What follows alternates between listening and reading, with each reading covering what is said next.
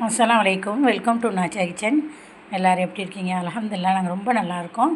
இன்றைக்கி மத்தியானம் லஞ்ச் என்னென்னு பார்த்தீங்கன்னா, சுட சுட சோறு இன்றைக்கி நான் குக்கர்லேயே வச்சுட்டேன். அதுக்கப்புறம் என்ன பார்த்தீங்கன்னா, சூப்பரான ஒரு பீஃப் அப்படியே வந்து கிரேவி மாதிரி பிரட்டிட்டேங்க. பீஃபு தான் இன்றைக்கி வாங்கினது. வாங்கி எப்படி கிரேவி மாதிரி வச்சுட்டேன். கொஞ்சம் சொதன்னு வச்சுருக்கேன்னு கேட்டிங்கன்னா, சூரில் வறுக்கலாம். நைட்டுக்கு சப்பாத்தி, இட்லி, தோசை எதுக்காக இருந்தாலும் கொஞ்சம் தொட்டுக்கிறதுக்கு ஆணம் தேவைப்படும்னு சொல்லிட்டு வச்சுட்டேன். அதுக்கப்புறம் எப்போ பாரு நைட்டுக்கு என்ன, காலையில் என்ன, மத்தியானம் என்ன, ஆட்டவணை இது யோசிக்கிறதுக்குள்ளே தலையில் பாதி முடியே நரைச்சி போயிடும் போல இருக்குது. ஒரே எல்லார் வீட்லையும் இதே பிரச்சனையாக தான் இருக்கும். எங்கள் வீட்டில் சில வீட்டில் மத்தியானம் சோறை ஆக்கி அதே நைட்லேயே வச்சிடுறாங்க. எங்கள் வீட்டில் நைட்டில் சோறு சாப்பிட மாட்டாங்க. தினமும் ஒரு டிஃபன் செய்யணும்.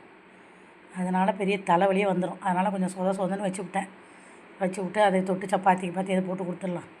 இட்லி, தோசை மாவு அரைச்சி வச்சுருக்கேன். ஏதாவது செஞ்சுக்கலாம் அப்படின்னு சொல்லிட்டு பீஃபை வந்து கிரேவி மாதிரி பரட்டிட்டேன்.